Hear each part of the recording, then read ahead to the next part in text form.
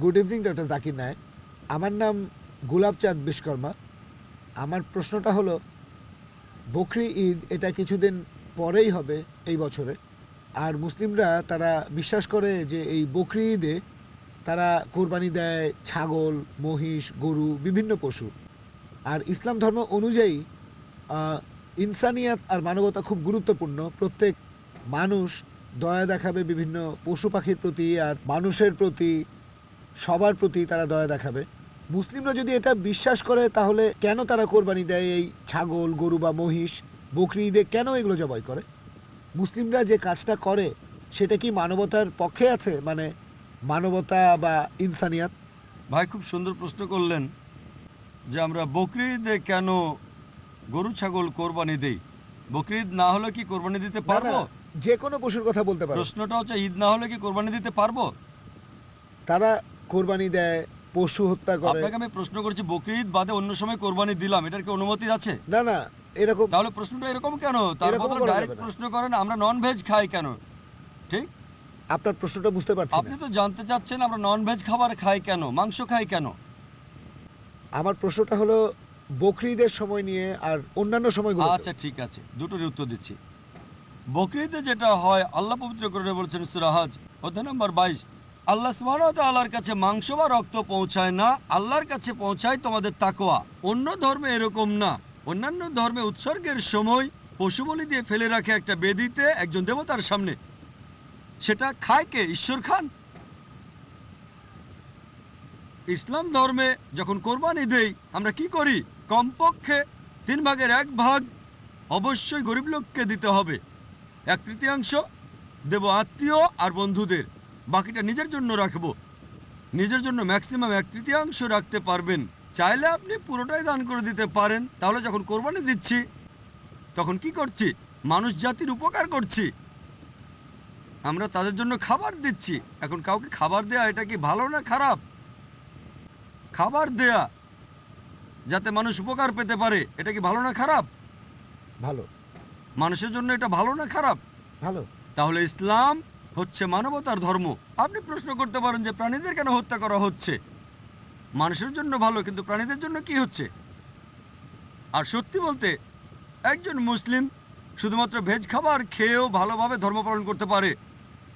Non veg খাওয়া ইসলামের জন্য বাধ্যতামূলক না। তবে আল্লাহ যেহেতু আমাদেরকে অনুমতি দিয়েছেন ননভেজ খেতে, তাহলে আমরা সেটা খাবো না কেন? আল্লাহ পবিত্র কোরআনে বলেছেন সূরা মাইদা অধ্যায় নম্বর 5 আয়াত নম্বর 1, সেই চতুষ্পদ প্রাণীর মাংস খাও যেগুলো তোমাদের জন্য হালাল করা হয়েছে। আল্লাহ বলেছেন সূরা নাহল অধ্যায় 16 আয়াত নম্বর 5, তিনি চতুষ্পদ প্রাণী সৃষ্টি করেছেন যাতে করে তোমরা উপকার পেতে পারো এবং তাদের মাংস খেতে পারো। এই কথাটা আবারও আছে সূরা মুমিনুন অধ্যায় নম্বর 23 আয়াত নম্বর 21, যে গবাদি পশুর মধ্যে রয়েছে নিদর্শন, তাদের উদরের দুধ পান করো এবং তাদের মাংস তোমরা খাও। তাহলে যেহেতু আল্লাহ আমাদের অনুমতি দিয়েছেন, তাহলে ননভেজ খাবো না কেন? এবার লজিক্যাল কারণে আসি। এখনকার বিজ্ঞান বলছে যে ননভেজ খাবারে, মাংস জাতীয় খাবারে প্রচুর ভিটামিন থাকে, আর এটাই একমাত্র খাবার যেখানে পরিপূর্ণ আমিষ আছে। আমাদের মানুষের শরীরে 23 রকমের অ্যামিনো অ্যাসিড আছে যেগুলোর প্রয়োজন হয়। এগুলোর মধ্যে 8টা অ্যামিনো অ্যাসিড শরীর তৈরি করতে পারে না, এগুলো পাই আমরা খাবার থেকে। এমন কোনো ভেজ খাবার নেই যেখানে এই 8টার সবগুলোই পাবেন। শুধুমাত্র মাংস জাতীয় বা ননভেজ খাবারেই এই 8টা অ্যামিনো অ্যাসিডই পাবেন। এছাড়াও যদি আপনারা দাঁত পরীক্ষা করেন, তৃণভোজী প্রাণীদের, গরু, ছাগল, ভেড়া, তাদের দাঁতগুলো সমান। তারা শুধু ভেজ খাবার খায়, মাংস খেতে পারে না। এরপর যদি দাঁত পরীক্ষা করে দেখেন মাংসাশী প্রাণীদের, বাঘ, সিংহ, চিতাবাঘ, তাদের মুখের দাঁতগুলো সূচালো যাতে মাংস খেতে পারে, এই জন্য তাদের দাঁতগুলো থাকে সূচালো। তারা শুধু মাংসই খায়, ভেজ খাবার তারা খেতে পারে না।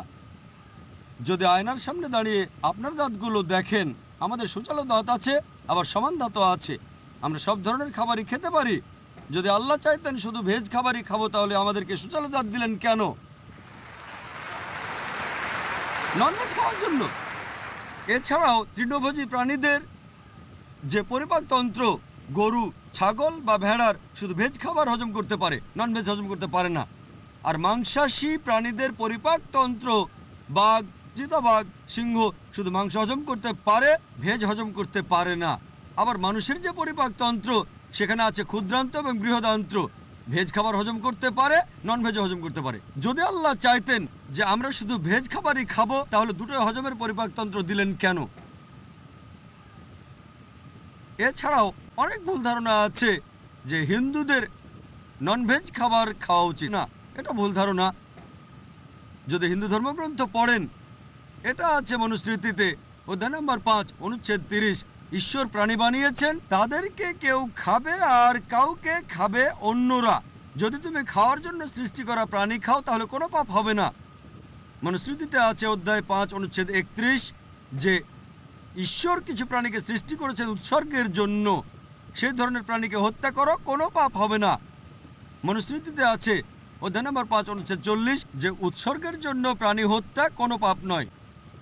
হিন্দু ধর্মগ্রন্থে এরকম আরও অনুচ্ছেদ আছে, বেদেও আছে যে মুনি আর ঋষিগণ ননভেজ খাবার খেত, তারা গরুর মাংস খেত। মহাভারত পড়লে দেখবেন অনুশাসন পর্ব অধ্যায় নম্বর 88। পাণ্ডবদের গল্পটা তো জানেন। পঞ্চপাণ্ডব 5 ভাই, সবচেয়ে বড় ভাই যুধিষ্ঠির, তিনি ভীষ্মকে জিজ্ঞেস করলেন যজ্ঞের সময় কি উৎসর্গ করব, পূজার সময়, যাতে আমাদের পূর্বপুরুষেরা সন্তুষ্ট হবেন। ভীষ্ম উত্তরে বললেন, যদি তুমি লতাপাতা আর শাকসবজি উৎসর্গ করো তাহলে আমাদের পূর্বপুরুষেরা সন্তুষ্ট থাকবেন 1 মাস। মাছ উৎসর্গ করলে 2 মাস। যদি তুমি মাংস দাও তাহলে 3 মাস। যদি খরগোশ উৎসর্গ করো তাহলে 4 মাস। যদি ছাগল দাও তাহলে 5 মাস। শূকরের মাংস দিলে তখন 6 মাস। যদি পাখির মাংস দাও তাহলে 7 মাস। হরিণের মাংস দিলে 8 মাস। এভাবে তিনি বলে গেলেন। মহিষের মাংস দিলে 11 মাস। যদি গরুর মাংস দাও তাহলে পূর্বপুরুষেরা সন্তুষ্ট থাকবেন পুরো 1 বছর। আর যদি চাও যে পূর্বপুরুষেরা সন্তুষ্ট থাকবেন একেবারে সারা জীবন, তাহলে ছাগলের লালচে মাংস দাও বা গন্ডারের মাংস দাও। এ কথা কে বলেছেন? ভীষ্ম যুধিষ্ঠিরকে। পুরো তালিকা দেওয়া আছে, শাকসবজি, মাছ, খরগোশ, ছাগল, সব কিছু আছে, মহিষ, গরু। তাহলে হিন্দু ধর্মগ্রন্থ বলছে ননভেজ খাওয়ার অনুমতি আছে। হিন্দুরা এখন এগুলো মানে কারণ তাদেরকে প্রভাবিত করছে অন্যান্য ফিলোসফি, যেমন অহিংসা। এখন হিন্দুরাও এটা পালন করে। আর যারা এই অহিংসা নীতি মেনে চলে যে নন ভায়োলেন্স, জীবিত প্রাণীকে হত্যা করা যাবে না, যদি একজন মানুষ কোনো রকম প্রাণী হত্যা না করে টিকে থাকতে পারে, আমি সেটার পক্ষে আছি। এখন তারা বলে প্রাণী হত্যা করা এটা খুব বড় পাপ, কারণ এটা হচ্ছে জীবন, জীব হত্যা করা নিষিদ্ধ। এখন বিজ্ঞান উন্নত হয়েছে আর আমরা জানতে পেরেছি যে গাছপালারও জীবন আছে।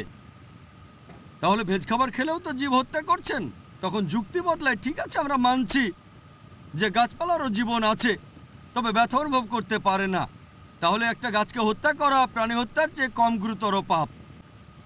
আচ্ছা, তর্কের খাতিরে মানলাম, কিন্তু এখন বিজ্ঞান বলছে আমরা মানুষরা যে শব্দ শুনতে পাই তার কম্পনাঙ্ক 20 সাইকেল পার সেকেন্ড থেকে 20,000 সাইকেল পার সেকেন্ড, এর নিচে বা উপরে হলে আমরা শুনতে পাই না।